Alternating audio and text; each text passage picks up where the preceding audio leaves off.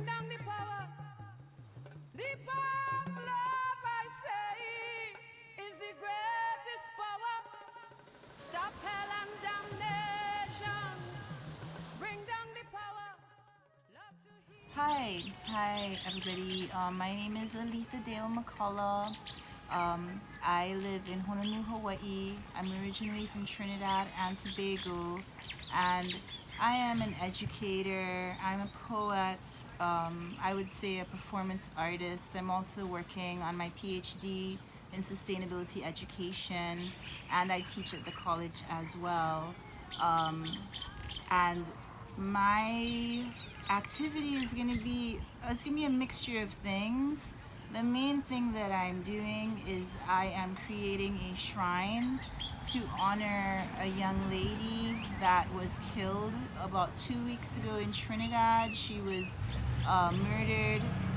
She is one of many women that in the past year that have been victimized by gender-based violence. So this shrine will be to honor her memory.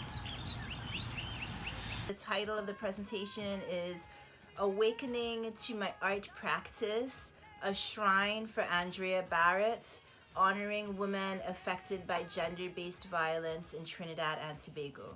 I grew up in Trinidad and Tobago, a place with many revolutionary practices and thinkers. We have festivals like Carnival, Diwali, Jose that I interacted with, as well as learning about Hindu. Growing up learning about Hindu and African-based Orisha practices have also influenced, my thinking.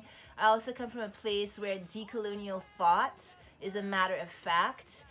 People like Kwame Ture, C.L.R. James, Earl Lovelace, Merle Hodge, Claudia Jones, and dancer Pearl Primus are just a few of the thinkers, writers, artists who inspire my work.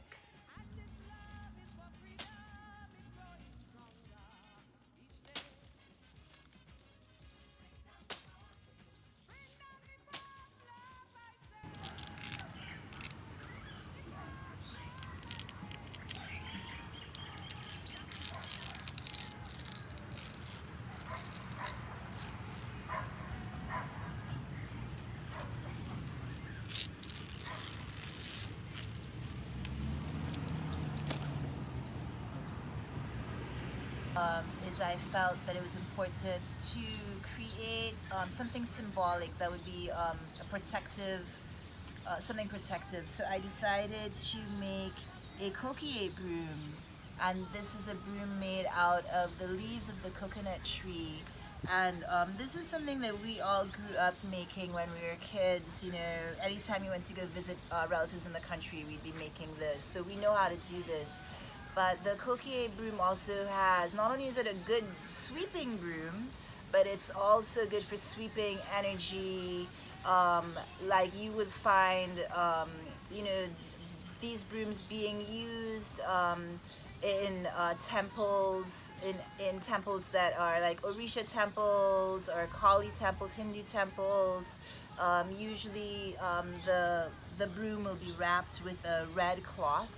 So this, and just you just knew that was a broom that was used for some type of ritual. So as a teacher, I often assign projects where students make something, to refine their learning. So they would do like poetry. They might make costumes from their favorite book or characters, masks, zines, videos. It's only been in the last 10 years that I've seen myself as a filmmaker, writer, and storyteller. Although this project is different from what I have done in the past, I'm still telling a story, reading, learning, and discussing the various artists that we studied in class, Bruguera, Gates, Halsey, Douglas, and Bond, and the others. I was inspired to create something that could show how I felt about the death of a young Trinidad woman, and of the young woman Andrea. I think creating the shrine was a way for me to process my emotions as well as to show solidarity with the thousands of people who have recently protested her death. I put the shrine in my yard, and a few neighbors came and engaged in deep conversation about the issue of gender based violence. The only challenge that presented itself is the fact that I've never created anything like this before. So I was not sure from an artistic standpoint if it was good enough for an MFA class with other very talented artists. I created this altar. I've never done this before, but I just felt this was a need to do, and as a way of creating that useful art, as a way to talk about gender-based violence, and to use the grieving process as a way to galvanize, as a catalyst for action. um, the grieving process is necessary, because we yes, we have to, take action against these things. We have to make sure young people are not being kidnapped, but we also need to have a chance to really grieve about what's happening to our young people. So once I decided that I was going to create a shrine, everything else followed. I printed a picture of Andrea as well as the names of other women killed by gender based violence in the past year. I read several newspaper articles that provided details about her personal life as well as details about her kidnapping, finding her body, as well as the autopsy reports. I read statements from her family members about how they were dealing with her loss. So, what I have here is this altar, and um, I I have the images of Andrea, the names of her family members, her father, her aunt. Her mom died about 8 years ago, so she was pretty much raised by her aunt. She was only 23, very young. I also have here the names of other women that have been killed in Trinidad and Tobago, by gender-based violence. We need to honor and remember their names as well. Okay, so Trinidad and Tobago has hundreds of shrines because of our various religious beliefs. The objects placed on my shrine for Andrea represent the syncretism of many belief systems. Hindu, Christian, Orisha are represented. Including objects to represent the four elements was an acknowledgement to the indigenous knowledge that existed and continued after the arrival of Columbus in 1498. I have on the altar, I have the candle and the plants. I have an image of Lakshmi. I have some candles. We probably will replace these with some with dayas, which are what they're used for Diwali usually. So in Trinidad, but we thought that might be a more universal symbol image. And then I also surrounded the altar with the four elements of the planet. This gourd, this is actually a calabash from Trinidad, and it has water from the river and the ocean that's close to my house, the element of water. And then there's the element of earth with the rock and the salt. The salt actually, pakai, is also olena in there, turmeric, right? And then I have the image of the hummingbird for the element of air, and then the incense burning to represent the fire. This project, which I also shared on Facebook and Instagram, hopefully may inspire people to think and be more proactive about ending gender-based violence. For this class, I did a prototype, but I hope to work on this project in my next class, Art as Healing, which is in the next block.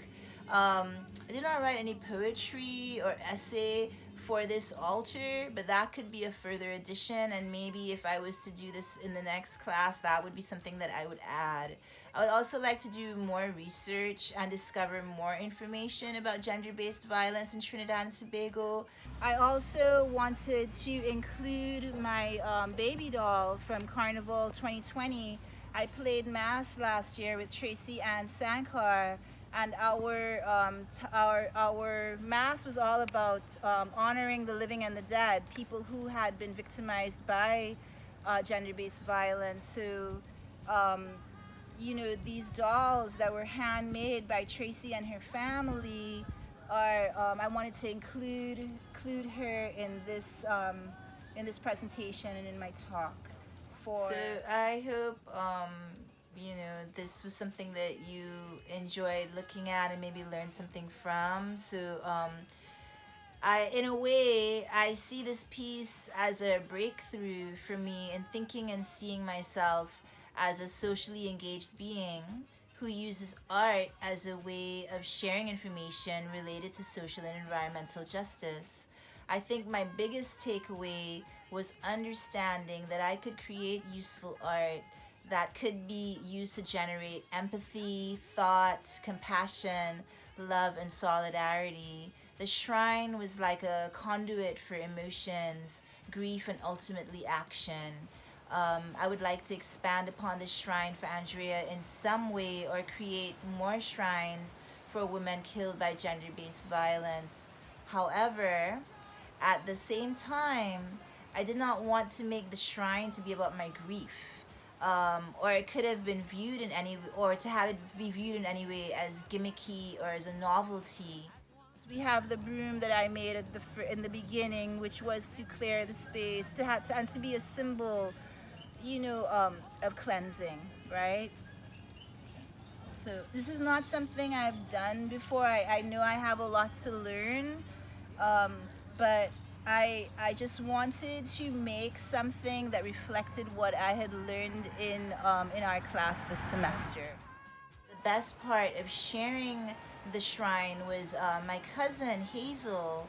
So we messengered each other, we WhatsApped each other, and we lit our candles for Andrea simultaneously over 6,363 miles, right? We lit our candles simultaneously for Andrea in solidarity. Um, and that was the most meaningful part of the experience. Thank you guys. It's been an honor, and I have learned so much from each and every one of you. I hope to talk to you soon in the future. Aloha.